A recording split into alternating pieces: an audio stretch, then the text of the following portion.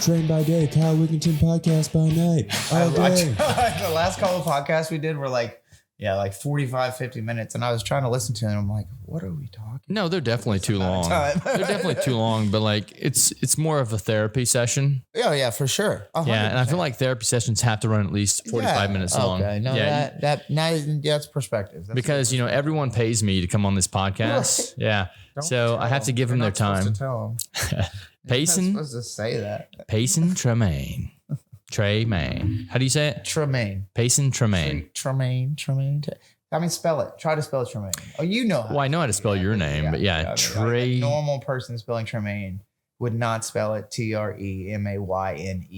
No, I normally spell it Trey, and then I realized that it's not supposed to be spelled that way. And I'm like, oh shit, it's Tremayne. Oh, Try? Yeah, whenever I start spelling your name, I'm like Tremayne. Tremayne. Yeah. So I'm like Trey, and I'm like, no, it's Tre. So anyway, what's up, dude? What's going on, man? Now, just a normal day in paradise here, living in America. Woke up in New Orleans this morning. Dude, it does feel like paradise today, though. It does. The weather's like literally the sun just came out from behind the clouds. Yeah. Everything's perfect except that the world is ending. Yeah. I think so, like that's a pretty thing, yeah. Like sunrise at the end of the world, still pretty. So the other night, Payson hosted our open mic, which he does. He hosts our open mic. But he was hosting it. We were chatting before he went on and started performing.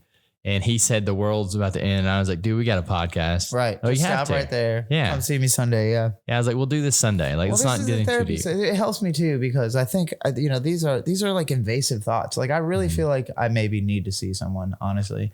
And this could be the documentation of the warning sign or something, I don't know. But I feel like also talking through it helps me just get out of it. I think so. I think I have all these thoughts too. I was say the craziest shit you think. Well, that's what I normally do anyway up here at the bar. And sometimes people just walk away from me. Hey, man. But I had to get it out because like I have these weird ideas too. I'll tell you the one I've been like mulling around with here lately. And everyone's already sick of hearing it at the bar, but I'll tell you on the podcast. Okay. But anyway, I have these thoughts all the time. And if they don't come out, they just stay in my head. So I can't get them on paper just because I'm like so ADD that I can't sit down and fucking write on paper. It comes out as scribbles. That this is the way I get it out. Sure. I get it out through podcasting. I get it out through coming up to the bar and just chatting with people, through bartending. Like bartending, I'll talk about weird ideas with people. Well, it's easier to do it conversationally. Yeah, absolutely. And that does help this is a perfect environment for that because you're in the service industry, or we're all either, if you're here, you're either socializing or you're working in a social environment. So like people almost have to listen to you say your crazy shit down at the bar. You know what I mean? Right. You're like at the dinner table, your wife can roll her eyes and your kids can leave the room and, all your friends have heard this shit, but like, Friday night at the bar, you got a brand new audience every time. Like, you want some alcohol? Well, now listen to my theories. That's right. Listen to my theories on life. That's right. So what is it? What hit me? Okay. This is going to get weird. All right. Which most things do with me. So, we might have talked about this before. I'm not sure, but that one time somehow this popped up in my algorithm. It was the fact that you can make whiskey, from diabetic urine. No, I was not. I'm a freshie on this one. Okay, so this is the thing. This is a new thing to me. Elderly diabetic patients, they still have enough sugar in their urine that it can be fermented into alcohol. Okay. There's a company out there, it's Gulpin Family Whiskey, and they do this with diabetic urine. So I was just kind of like talking about that at the bar one night, and one thing led to another. And what we got over Please don't tell me you drank piss. Oh, no, I haven't drank. So I can talk about that too. Like I'm comfortable enough with this experiment that I did to tell people on the podcast, but I tried to make piss whiskey. Oh. Yeah, out of my own urine. Out of your own urine. I'm not diabetic. So I was like, how much sugar do I have to consume before my body is pushing enough through my urine? It's actually coming out the other end. It'll ferment. And I had the long story short, I did like 10 bottles. And the time that I got it to ferment, to turn, I had to eat so much sugar that I made myself sick. Right. So it was sugar's poison, man. Yeah, dude. I made myself sick the night that I actually managed to do it. But it fermented. So I got I didn't like a bunch of nerds or like. Oh, dude, I ate a bag of Reese's peanut butter cups, like the whole fucking thing. And I was drinking energy drinks, and then I also took a diuretic to speed up the process. Throw up? I didn't throw up, no, but I like felt so sick that I had so much sugar in my body. I'm sure. So anyway, that's coma phase. I got one of those to turn. It fermented. You hear the CO2 gas whenever you open the bottle. And I was like, okay, mission accomplished. It's doable. But never did anything after that. But thinking about that concept of taking bodily fluids and making something out of it, the thing I've been talking about that people are sick of hearing about is what if you took vaginal yeast and made bread with it? I don't even know where to start with that one. Like I told you it was going to get weird. Is that the same kind of yeast? I don't know. We'd have to do a lot of investigation on that one. Got to do some research. I think, it's a solid premise. It's on theme. It's definitely on theme with piss whiskey. Right. Yeast infection bread. Yeah, it's on theme. Yeah. Yeah. I don't know. I feel like, this is right. We're like 2 steps away from talking about harvesting adrenaline from babies. Like, why do we always end up in some kind of QAnon hole on this podcast somehow when you and me get up here? This is my biggest fear too. I really need to stop doing this because I feel like I'm going to have like a one song hit one day and it's going to end up on like a Disney movie. It's going to be one of my songs. And then people are going to look back at this podcast. Yeah, people are going to be like, oh no. He definitely eats people. Oh no, right. Yeah, right. He hangs out with that other guy. They definitely eat each other. Yeah, he eats people. What was there was something else I was looking at the other day. It was something about harvesting. We'll switch to different subject. I love it. Switch to different subject. So, the end of the world, man. Yeah. This is my invasive thought. This is why I think I may need to seek help. Is because I worry about everybody has this vision of the guy that the domestic lone wolf terrorist, whether you're talking about Timothy McVeigh or the Unabomber or just some random shooter, like you always end up seeing it like this. They have this crazy manifesto they write under a naked bulb, in the basement, in the unfinished basement while they're loading shells. It's like, I don't want to be that guy, but I feel like I'm having some of the same thoughts that led those people in that direction. Now, I'm not crazy or homicidal. Well, that's what those guys did, though, right? They blew things up and stuff, right? Yeah, no, they were crazy and homicidal, but essentially because they believed that, I don't know, the end of the world was coming or that they needed to, I don't know. Did they? Have you read their books or anything? Or I don't know much about them. I just know that they like Timothy McVeigh was the Unabomber guy, right? So McVeigh was the Oklahoma City bomber, and he believed that he was. I think that was supposed to be some sort of revenge for Waco. Honestly, I think that he was in this idea that the United States government was going to try to take all our guns, and that we needed to be ready to revolt and be revolutionaries. They're always like caught up with revolution in this country. I don't think that's how it's going to go at all. I don't think that's what our ultimate threat is going to be, is that some armed militia tries to take over our government, or that there's some war between, different racial factions. I think it's going to be a lot more economic than that and a lot less structured. I also don't think that ultimately what we need to worry about is foreign tanks rolling down the street. I just looking at the world right now. Let me just go ahead and pour the crazy out. I'm listening. I'm listening. Pour the crazy out. I don't even know why I mentioned McVeigh. Just forget that part. Yeah. Right? So the world's in utter shit right now. Obviously, there's crazy things going on in Israel. They're talking about going into Gaza. The U.S. supports them, but it's not really Gaza that wants to destroy Israel. It's Iran. But we won't go to war with Iran. because I don't know why. Don't ask me why. Why can't Israel just stand up and say, hey, we know our enemy's Iran. We're going to go to war with them. But instead, they're running into this like ghetto neighborhood where people are already struggling and just shooting missiles. And I get it. That's where the bad guys are hiding, or the militants. I think they're both bad guys. I think once you start killing civilians, you can't be a good guy anymore. And the militants on both sides are indiscriminately killing civilians. Anyway, the United States supports this. The government supports this, not the people necessarily, because there's a whole big portion of the population that vocally is saying other things, So we're all tied up in that, Britain's our friend. Hell, but Britain is the reason there is an Israel. Britain gave in 1917, they gave Israel to the Jewish people because they needed their support for World War I. And there was the British Mandate of Palestine, and they literally just plopped them in there. So it's like these people who are already living there, it's like, what the hell? Now it's somebody else's country. It's crazy. Which I think it's also, there's an irony in the fact that people keep throwing the word genocide at Israel, because genocide was actually a word that was invented in 1944 by a Jewish Polish lawyer specifically to describe what's going on in Hitler's Germany. So like, I'm not saying that it's not or it is or what, although the Geneva Convention is not investigating or prosecuting either side for genocide. So. Let me pause this for a second. Sure. Do you ever watch It's Always Sunny in Philadelphia? No. Okay.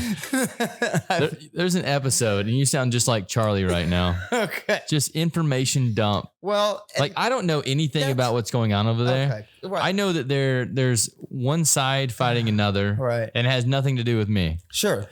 And ultimately, but see, it does. And yeah, because our government's supporting it, well, but I don't support our government.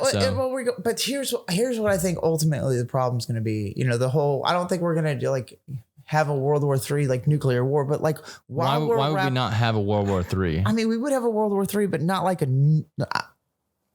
I think everything's going to collapse, and we're not going to have enough structure to have wars like that. So what does the end of the world look like to you? It's not going to be a nuclear war, obviously. The end of the world looks like to you. What does it look like to you?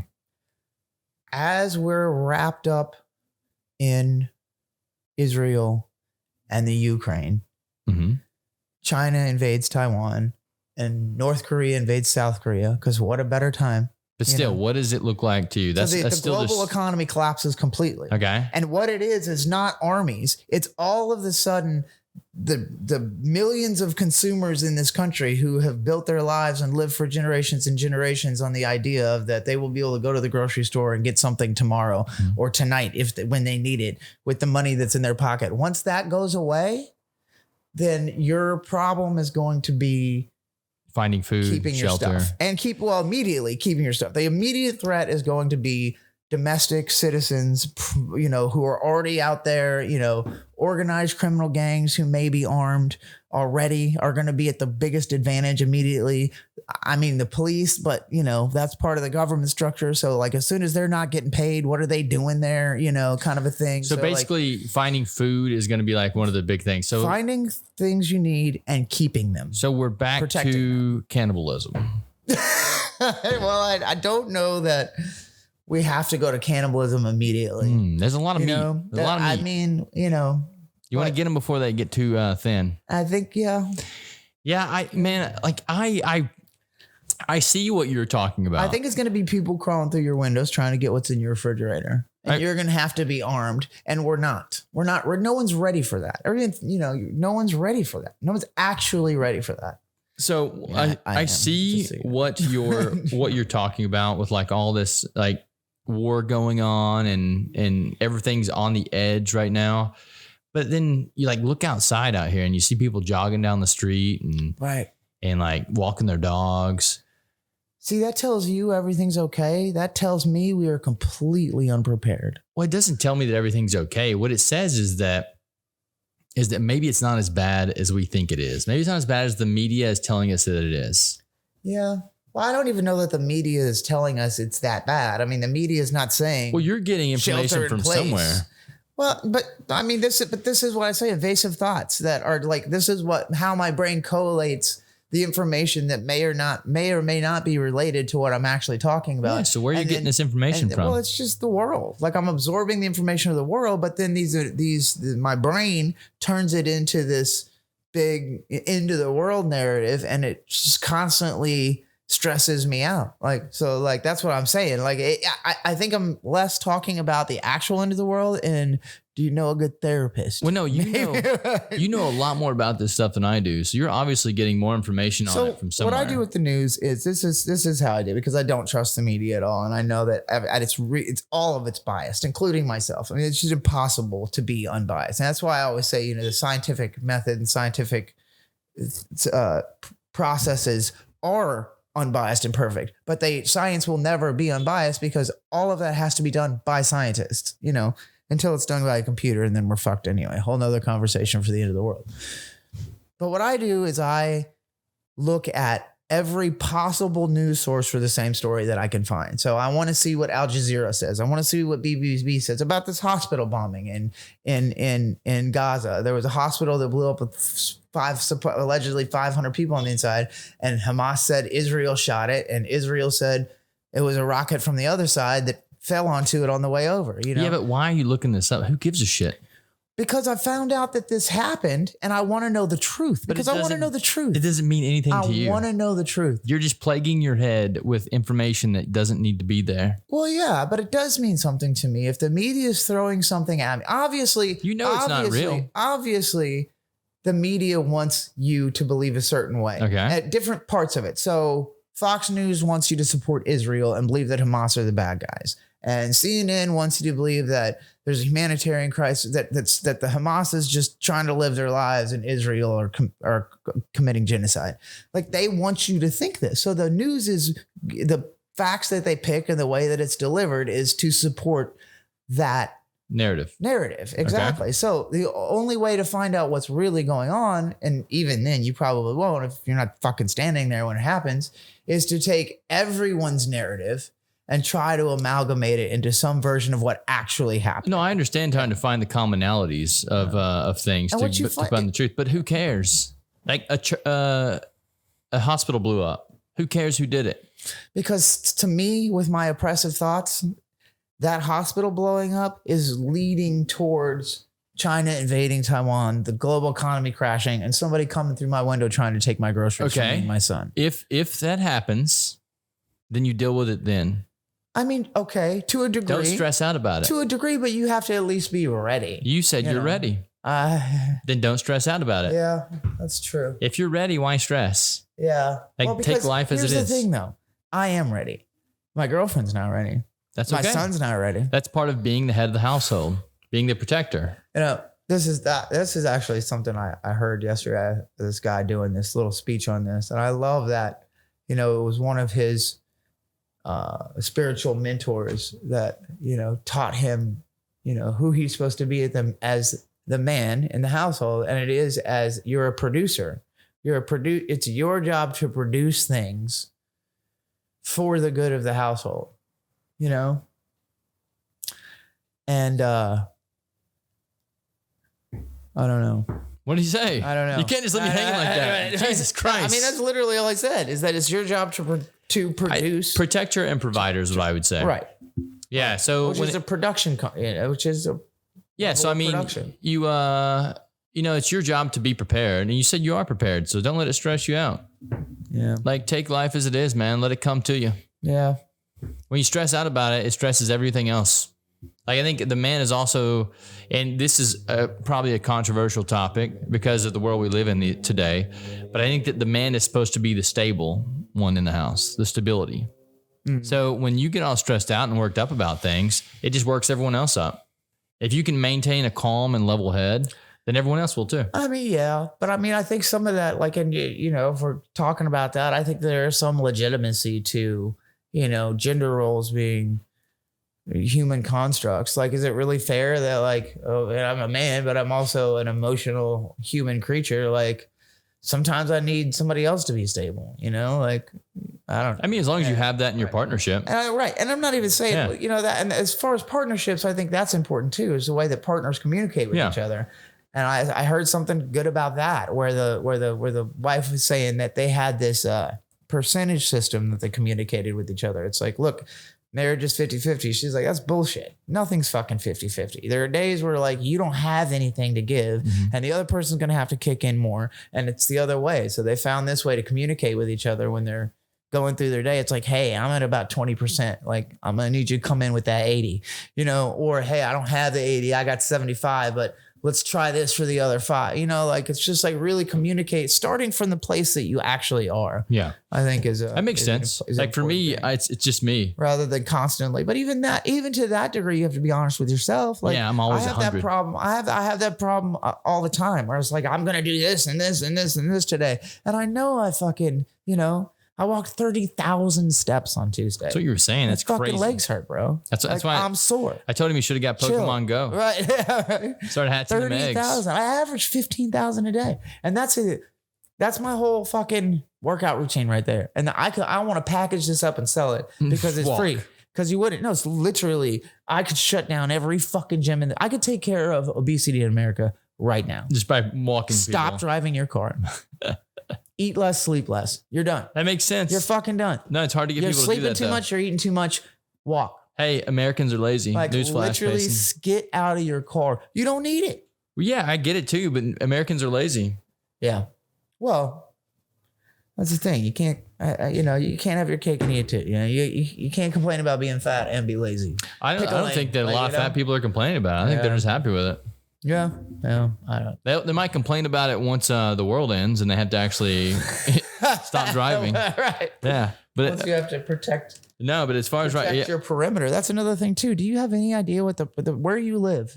Like what's around you? Like what does the perimeter of your building look like? Your room? Like how many access points are there? Where could people come in from? Like, you know, I'm fine. I mean, good. That's awesome. But it's like people don't. I don't think typically think. Well, like no, that. they don't because we live in a soft world. Well, but I mean, like the life that I've lived. Yeah, it's taught me to be prepared too. I just don't I don't stress out about it. Like I'm so comfortable and prepared with who I am that I know if shit pops off, I'll be okay. Yeah, that's true.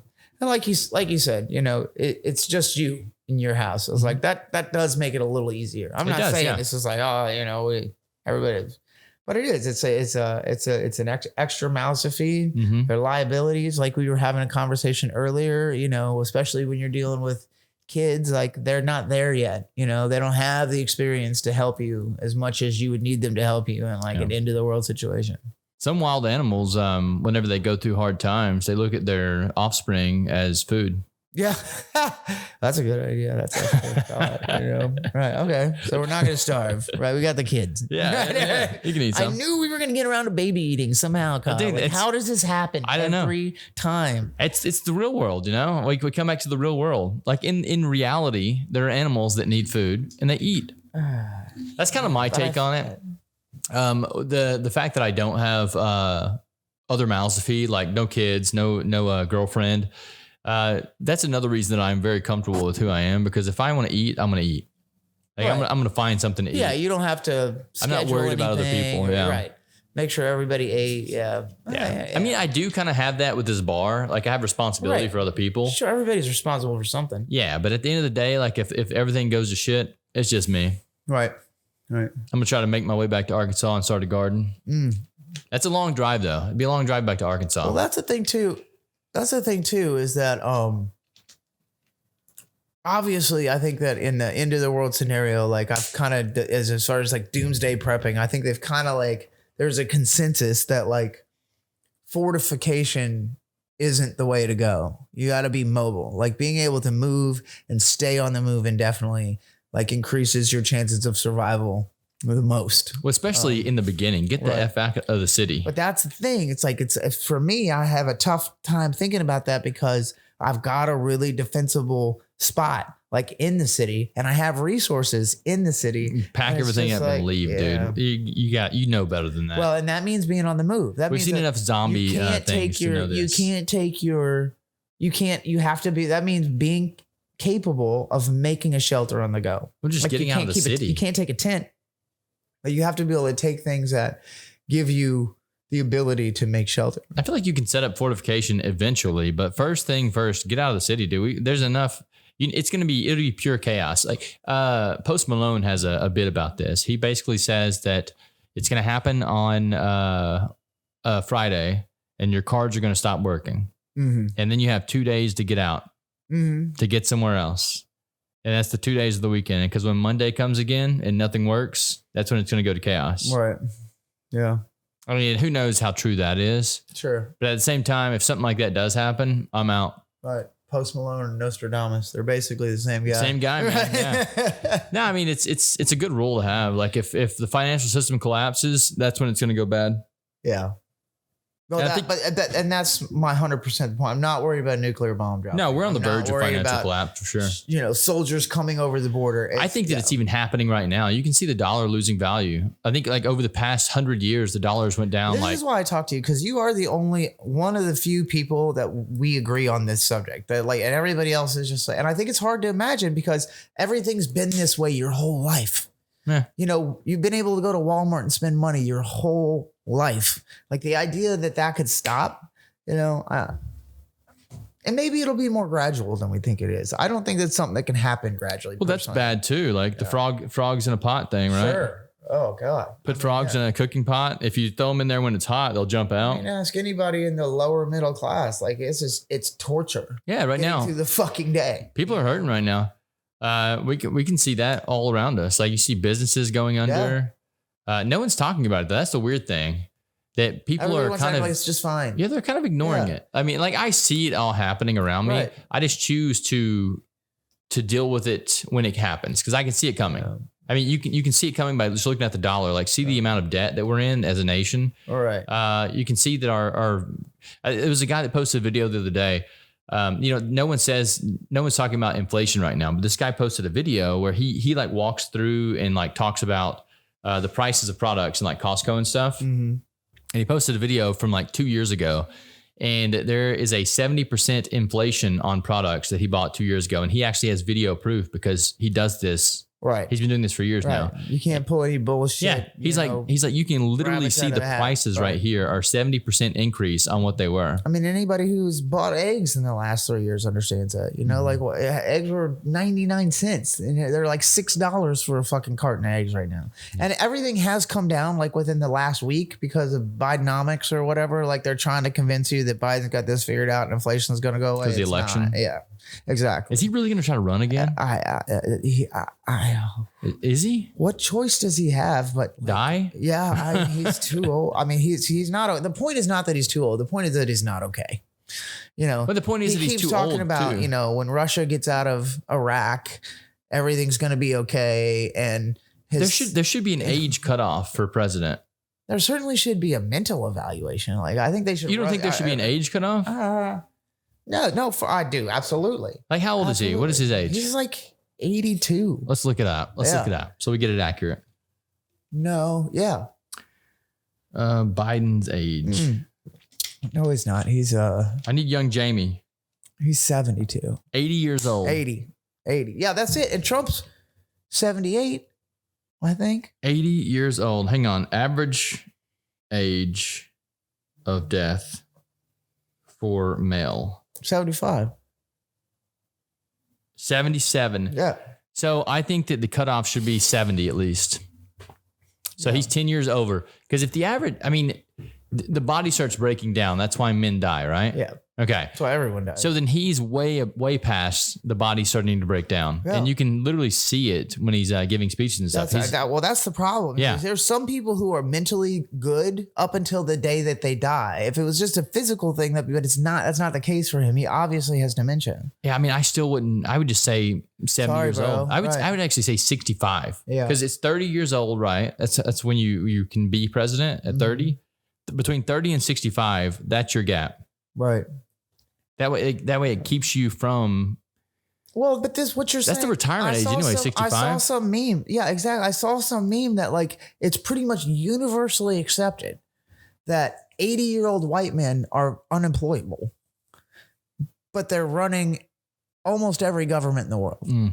Like, you know, old white men are virtually like, chill, go hang out. You know, the beach in Florida is waiting for you. We don't need you anymore. We're taking care of this.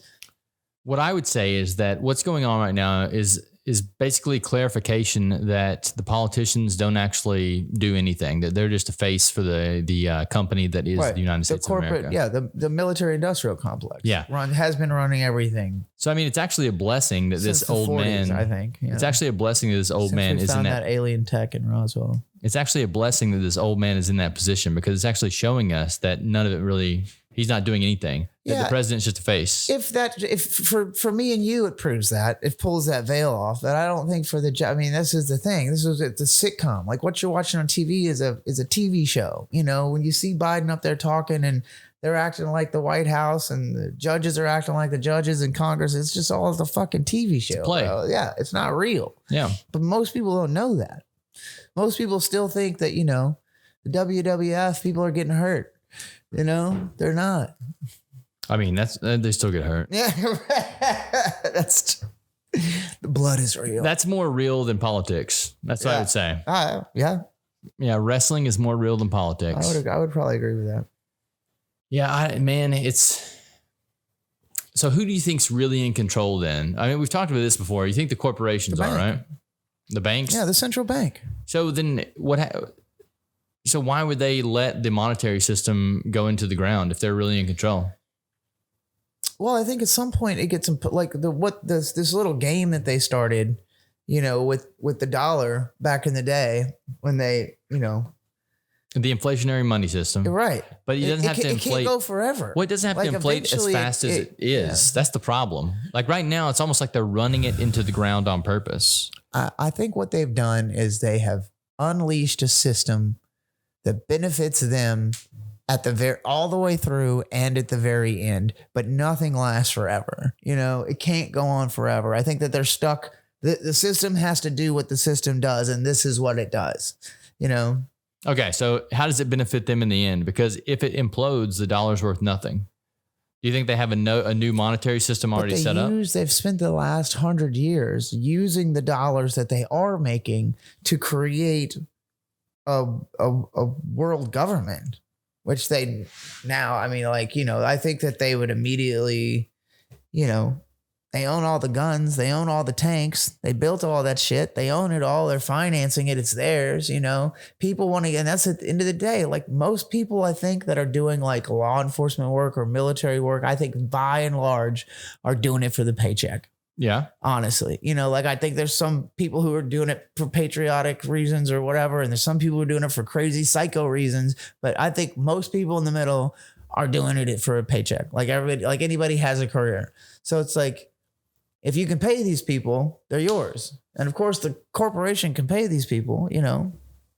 Okay. So it's like at the end of all the smoke clears from the global economy and there is the central bank with their army behind them saying, look, this is the way it's going to be. And it's even better now because we can save you. Then we're going to become communists. Then all of a sudden communism is going to be cool. You know what I mean? Like, we can, capitalism did this. It wasn't us. Capitalism did it. And now we can save you and just live in this commune and do what we tell you to do. Here's your number. Okay. So you know? world government, smoke clears, dollar's worth nothing. World government's there. Right. Now we have to accept handouts. All of it. Okay, but do you think that that's actually going to work in the States? Like I can see it working in like another country. Well, at this point, the whole economy has collapsed and there's been a global catastrophe. But I mean, we have enough guns that like, no, we're not going to let anyone come in. There'll be pockets, you know, but that's the thing. People aren't coming in. They're already here. You know what I mean? The corporate headquarters are already here. You know, I mean, if they start marching in the army, you know, I think there would be pockets of people who would resist. But for the most part, I think everybody just let it happen, bro. Especially if it was our army. But what happened? Let these people take over. Who? The country like, you think the bar would shut down? The central bank. So you think the bar would just shut down and like everything would shut down? Okay, so everything's closed. Yeah, everyone's just at home. It would be redistributed in whatever way most is advantageous to the central bank and whatever plan. See, I would think that what's most advantageous to the central bank is to keep everything running. Well, it is, but they can't do that forever because it is an inflationary system and it can't inflate forever. Okay, so monetary system collapses, everything shuts down, then the whole system collapses. Then it's not going to reboot overnight. It's not going to reboot, but then they have. You know how many people are going to die? the soft dollar to the hardware, you know? At that So point, you have cryptocurrency that takes over. Well, not even cryptocurrency. Like they've spent that money, like things then become valuable. Like, you know, a gun becomes valuable, you know, like that's probably the most valuable thing in that culture, in that society, in the future of the dystopian collapsed economy. You know, having and owning a firearm is one of the most valuable things. You go to a system of barter then. Sure. Because I mean, that's what you're essentially saying, that a gun is the most valuable thing. So it's a barter system, a trade system. Yeah, but you're not going to, it's not valuable because you can trade it. It's valuable because you can use it. So you can use it to take what you want. Right. That's what I think the immediate threat is going to be. Well, then the world government, like they have their hands full because there are so many guns in the States that we're just going to take the country. I mean, are there though that many guns in the States? Like we make them and we send them out everywhere else. I mean, a lot of people in America have guns, of course, but like, I know you're not from Louisiana. You're from Missouri. Okay. Yeah. You probably know you should know how many guns are in everyone's house. I'm from Arkansas. But everyone I know has at least 20 guns. I think I'm skewed on that because that's the thing. And I'm not just talking shotguns. Trust me, I know. Yeah. My family had, you know, hundreds of guns, but then most people would have a hunting rifle, you know. Still, that's enough. Yeah, maybe. That's enough to put somebody down. I don't know, man. I don't know. I think you're right. I think you look outside and it does not look like the world's ending. Yeah, and even if it does, like, you know, you deal with it when it comes. You can't stress out about it. Yeah. That's a dope Jeep. What was that? I'm trying, but that's the problem with invasive thoughts. I have them too. Because you can't just stop thinking about it. You should meditate, bro. Yeah, I definitely should. I have a problem with that. So, you know, and I actually have done a lot of reading on this from the sources being meditation teachers and yogis and like people who really have done their whole life. They admit that there are some people that cannot meditate. There are some people that have this issue. Guys. They don't know what they're talking about. And I'm not saying I can't meditate, but the takeaway that I got from it was they said that you can get all of the same thing that you get from meditating if you're one of these people who can't meditate through service. So like I do more service than I meditate, and I really believe that it may not be one for one, but I think it's pretty close. Like it's a good substitute. I disagree. Screw those guys. You meditate like that. So of course you disagree. It's a muscle that you can learn how to use. And what meditation did for me was it taught me how to control my mind. Those intrusive thoughts that you're talking about. When you can learn how to silence the mind, that's when you can actually like shut it down. Yeah. Your mind's like, do this, do that there. It's like, go zen, meditate. Yeah. And it's not even, you don't even have to like, work the muscles, do it 5 minutes a day, do it 1 minute a day when you start out. Just like figure that out, figure what works for you. For me, it's box breathing. And once I learned how to do the box breathing method, I actually like realized what meditation was. And now, dude, I just like, it's zen all the time. Yeah. Like you don't even have to go in meditation. Well, Like that's it's not a process. I think that's ultimately the goal, is to be meditating all of the time. Yeah. It's a way of life, man, because those thoughts are always there. You just have to learn how to shut them down. But I don't know. Yeah. I hear you. 1 minute a day. I hear. Box breathing. What's box breathing? So you basically breathe in a box. Okay. This is what you're doing. You're going 4 seconds in, hold 4 seconds, 4 seconds out, hold that 4 seconds, 4 seconds in. It's a box. Okay, cool. Yeah, just do it. Cool. Do it in 4 seconds. And what you're doing is you're syncing up the heart with the brain. Yeah. So you're like syncing the entire body, where you're not just having like this weird electrical impulses. No, I totally believe that I control my body. See, which is crazy that I feel like I have so much trouble meditating, because I feel like I also have I have this extraordinary mind-body connection. Like I control my cellular biology with my mind, you know, like I truly believe this. But as we said at the beginning, I may also be crazy and need a therapist. But a lot of people tell me I need a therapist. I think that's another thing too. Like once you're meditating all the time, isn't that the same as when you weren't meditating? Like, you know what I mean? Like if you're completely wet, you can't feel the water, you know, I don't know. I mean, you don't have to meditate all the time. Yeah. But you're trying to achieve this. You're just trying to achieve control. We're not taught how to control these bodies. This brain state, like this wave state with your brain, so that you're trying to control your body. Yeah. We're thrust into this world that this has emotional influences all around us all the time. And if you're not taught how to control those emotions that are coming up, then you're going to be going crazy in your head. Do you think human life evolved on this planet? I think the bodies did, yes. Like these bodies are only made for this planet. If you take this body and stick it on Mars, it won't survive. So this organism that I am, it's down to the DNA though. Yeah, our DNA originated on this planet, like it evolved on this planet. Well, it depends on your definition of evolution. I think these bodies are designed for this planet. Yeah, I think that there are other planets that have other bodies on them. But didn't the scientists who like discovered the double helix like say that like because of the that it's too like if you're following Darwinian evolution, the planet hasn't been here long enough for this to have happened to our DNA by the laws of probability. It's like they likened it to if you have a junkyard full of 747 parts, it's the same probability of a tornado coming through and assembling a fully functioning 747. Like there's just not enough time on the planet. Like it had to at least be on an asteroid that came from somewhere else where it had originally started to evolve. Well, let me say this again. I think that this body is designed for this planet. Yeah. We won't know if it evolved or not. Like it's here right now and it works under this atmospheric pressure. If you put it on another planet, then it won't work. So who cares, once again, where it came from? That argument's not valid. Right now we're here. We're doing it. And these bodies can't go anywhere. So we might as well make the best of this planet that we can while we're here. Well, I definitely agree with that. You have really no other choice besides that. Like you can either be like, fuck it, or. I think it's comical that Elon Musk is trying to go to Mars. Like I get why he's trying to do it because he's trying to escape the chaos that is this planet. But these bodies won't evolve there. Like, right. It's gonna have to be a lot of work to make these bodies. I always love it when people talk about, oh wow, we're almost where we can terraform. Why would we do that? If we could terraform a planet, why wouldn't we just fix this one? Right. Like you're literally like, we could go to Mars and create a clean atmosphere with oxygen and carbon. It's like, okay, do it here. I think it's just very telling when you see all these millionaires and billionaires trying to get off the planet. It's very telling as to where we're at in the process of the breakdown of this planet. Because if they want to get off this planet rather than just fixing it, you see how bad the problem's actually gotten.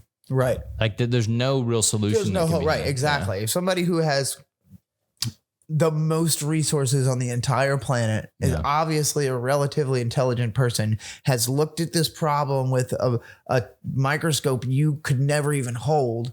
And we're fucked. Yeah. Like I talked to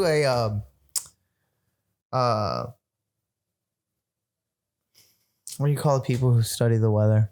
Meteorologist. Yes, I talked to a meteorologist that works for NOAA, the Atmospheric Oceanic Association. I know what you're talking about. Like they're in Maryland, and I was serving at this restaurant in outside of Maryland, and he was skipping work that day, like literally to come drink wine and eat oysters. And we got to talk. I thought his job was cool. He literally was responsible on the team of people that were responsible for creating the models for global warming. And I was like, very cool job. Like, so tell me, like, is this, is it even real? Like, tell me, what is it about? Like, you're a scientist. I'm now standing in front of science. I love getting myself in situations like this because it's like, now I don't have to worry about what the news is saying, tell me, like, what's the deal with global warming? And he was like, and when's it going to come? And what do we got to do to fix it? Like, is it thousands of years off? Or is this something he's like literally looked at me as like, enjoy your life. Enjoy your life because the models, like whatever it is that's happening, we can't do anything about it. Yeah. It's nothing. The weather. You can't control the fucking weather. Like this is a human. Well, there concept. Are cycles. You can look in history and see that there are cycles of weather that happen that we really have no influence over. Like right now we're speeding up what's happening, but ultimately it's going to happen regardless. It's just cycles of time. Well, sure. I mean, ultimately, billions of years from now, the sun's going to blow out, but we're talking about billions of years. Well, no, we're just talking about the survival rate of human beings. Well, and that's the thing too. I think that, we talk about human beings like they're all the life on this planet. I don't think we can eradicate life on this planet, but we can certainly make it uninhabitable for us. Well, and once again, it's not even us doing it. Like it's just cycles of weather that happens on this planet. Well, I think right now, our bodies are designed to work in this atmosphere that we have. Sure. But the weather will change. The pattern does. Oh, for sure. And our bodies will either evolve or will. But I mean, we're obviously moving pieces around the board in a way that are affecting, the particularly the carbon emissions. And I would say that's from, we're cutting down rainforest, which is responsible for filtering these things, and putting in cattle, which is responsible for creating the. Well, once again, emissions. That's this propaganda you're getting from media. Like, you don't know if that's actually true or not. True. I'm not standing. We don't know if any of this is I don't know if they actually cut down any trees. Well, I'm talking about the methane coming from cows too. Like, we don't know if that's actually true or not either. Well, that part they can kind of. If you trust a scientist who is, well, there are scientists that say one way. Peer-reviewed papers, like I'm okay with believing that methane comes out of a cow's ass. Like, but there are scientists. Why would they lie about that? There are scientists that go one way and scientists that go the other way. I mean, sure. And if we're looking at things like being vegetarian over eating cows, like the amount of pesticides that we're putting into the environment is destroying the environment too. So there's no way that there needs to be a balance. You can't do one or the other. I think that's what it's all about though, is balance. Is like there is no balance to needing an entire continent to graze cattle because you're trying to feed that many people beef. Like, so what should we do? That's not sustainable. Like, have a local go out and fucking shoot a deer. Like, if you want red meat, go fucking kill it. Like, let these things live like they naturally live. And then when you need something, you harvest it yourself and locally. And I'll tell you, you want people to eat less meat, make them have to kill that motherfucker themselves. But it's not sustainable. Go butcher a cow if you want to eat. It is sustainable. So it's sustained humanity for our entire history, minus the last couple hundred years. So the businessman that goes to work and puts on a suit every day and works his 8 hours, trading stocks or whatever he does, you think that he should leave work, go put on his hunting camos and go kill a deer if he wants to eat meat? No, but I certainly think that there should be somebody in his community, in his tribe, in his area that works with him. Hey, I'll do your taxes when you're out there hunting next week, buddy. Bring me some venison. Like, that's the way that it works. You don't have to graze cattle in South America. But that is the way it works. We just have such a large business model now. But that's not even that. See, you're believing the propaganda that the corporations are giving you. I'm saying that's how you're just accepting the fact that we need to eat as much meat as we do. I don't think that you can. And I think that is a product of the amount of, like, since birth, it has been advertised to you to eat beef. I'm not saying stop eating beef. I'm not saying stop being a vegetarian, but it's like, we don't need to eat beef so bad that we need to graze cattle on an entire continent. What I'm saying is, I don't think that the people who hunt can supply enough meat for barter or whatever you're thinking of. Right. But that's only because you have this preconceived idea of how much we need to consume.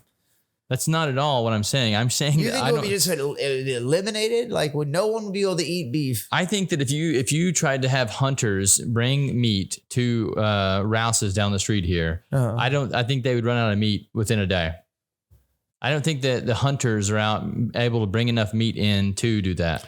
The only reason we have a sustainable population of these cow farms is because that's how we get enough meat. That's thing that you're conditioned to fucking feel. Is a failure is there not being enough of this one product. I think if this community is eating meat like that, it's okay to run out.